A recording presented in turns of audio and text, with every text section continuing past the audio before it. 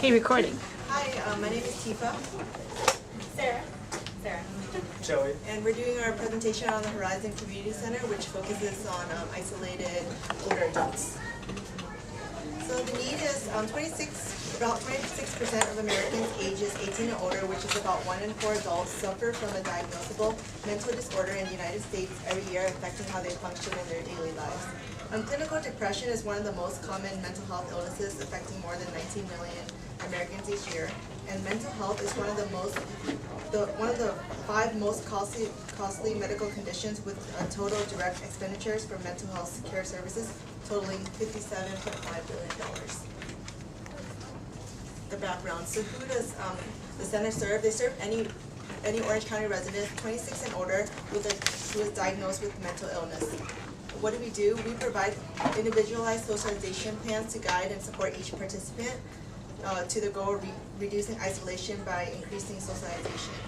Also, so when referrals are taken daily from agencies, from family members, existing members, also from self-referrals, and enrollment starts the day that you get enrolled, and it ends in 1 year. So the total span that you can stay in the program is 1 year. Where is the agency located? It's located in Orange County. And why do we have this agency? It's because 1 in 4 adults suffer from depression and cannot function normally with everyday life. And how? It's done with individualized socialization plans, social outings, mental health and physical health workshops, interacting with other staff members and participants. Okay, and then this is some of the settings. So we're doing based on Orange County, so the prevalence of people with serious mental illnesses. And down here we can see the ethnicity and the poverty level. And ethnicity, because the majority of what the program serves is Asian, you can see that it's the 3rd highest in Orange County.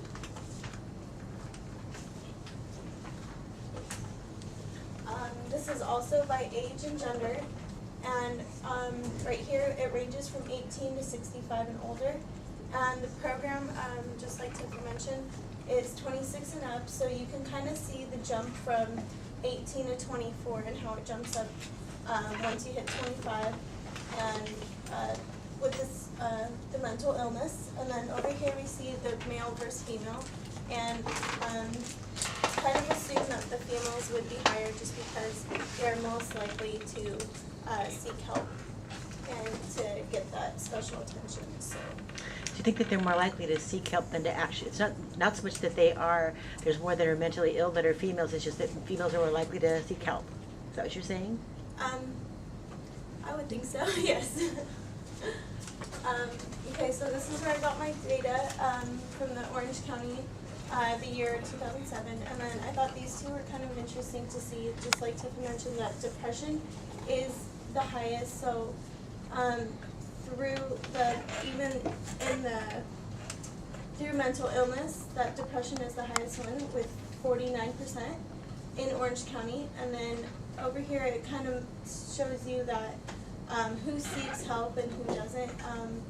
Out of all these, it says that 11.6 they don't seek any help anywhere, and they don't talk to anybody about their mental health concerns. So the program inputs. So the staff and volunteers run workshops and support groups weekly. So they meet once a week, or throughout the week, sorry. And then the supervisor meets with staff every Wednesday, and they also have weekly staff meetings.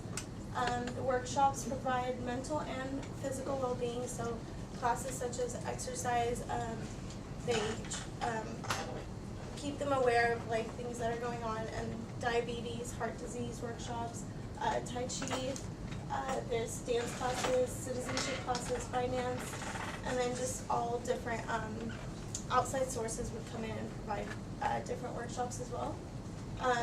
The case managers and life coaches meet with the individuals at least once a week, but depending on their case, they can meet more or less.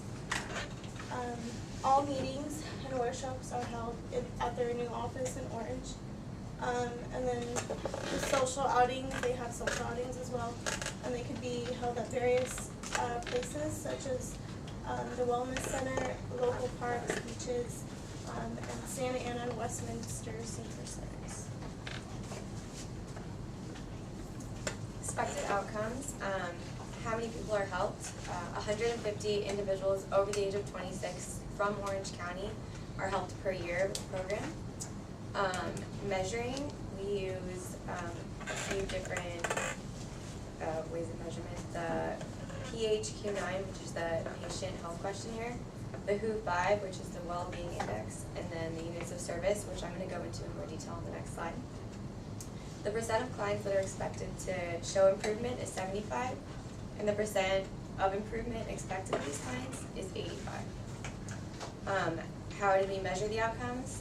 By using a pre and post test of the PHQ-9, the WHO-5, and then units of service, along with a discharge survey that's offered.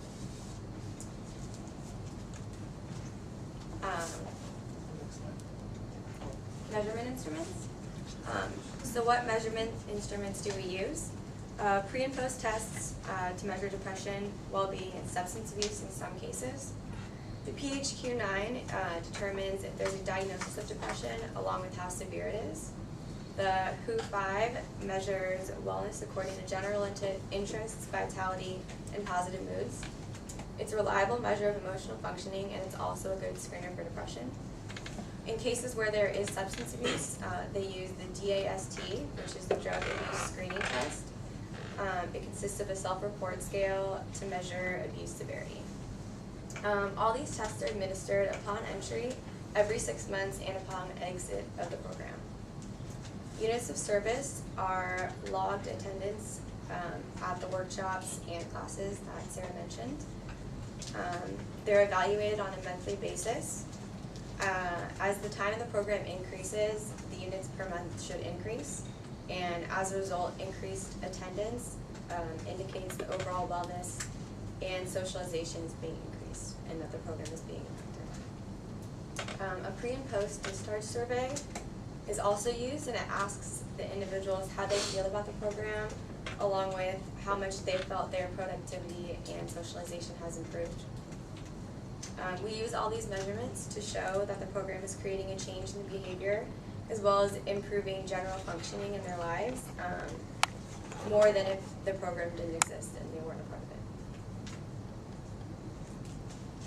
it. Data analysis, like we just talked about right now, units of service. So we'll look at each individual's unit. Like if you make a phone call to them, that will be one unit of service. When they come to visit our agency, that will be counted as one. Or if we go to them, which would be home visits, activities, and certain social outings. So we'll look at those and count them up. Tracking the outcomes with pre and post tests. We also will analyze decreased depression, anxiety, and increased self-esteem by comparing pre and post test results. The outcomes we measure is the quality of life and the increased socialization by the participants. We use PHQ-9 and the WHO-5.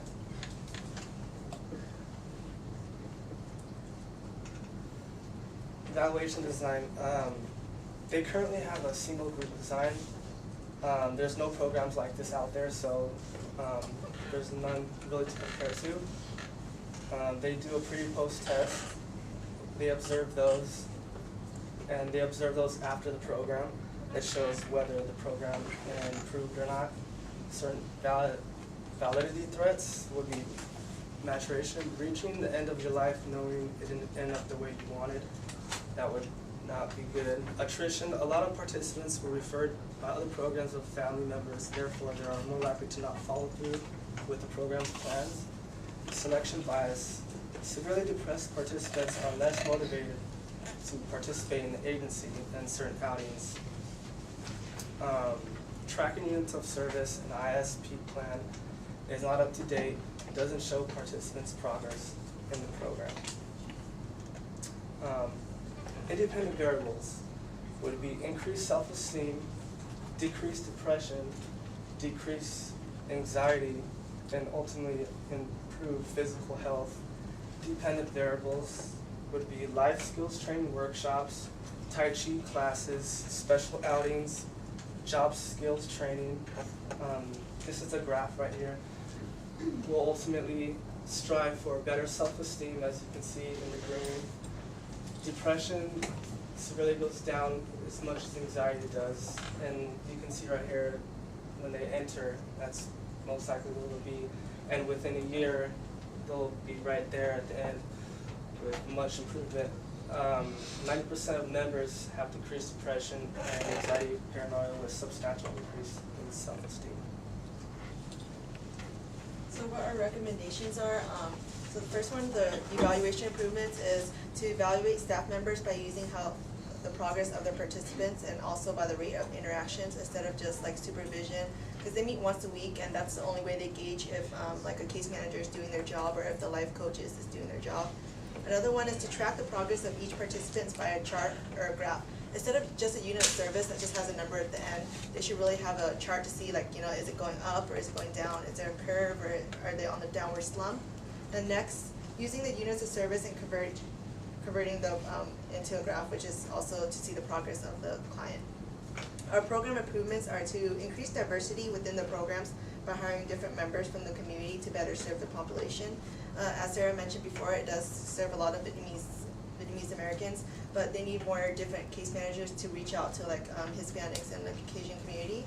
And also to provide transportation and a source for low SES individuals to attend events and social outings at the center. So if you have like a low socioeconomic status, it's really hard for you to get transportation to come to the events at the center itself, or just to go every day to the daily activities. And next, use more media outlets to try and recruit more participants for the program, such as more agencies, radios, TVs, or newspapers. A lot of individuals who have mental illness, they themselves don't want to refer themselves, so we need to use more media to get family members or just anyone that knows anyone that might be beneficial with the program. That's it. Oh, anyone has questions?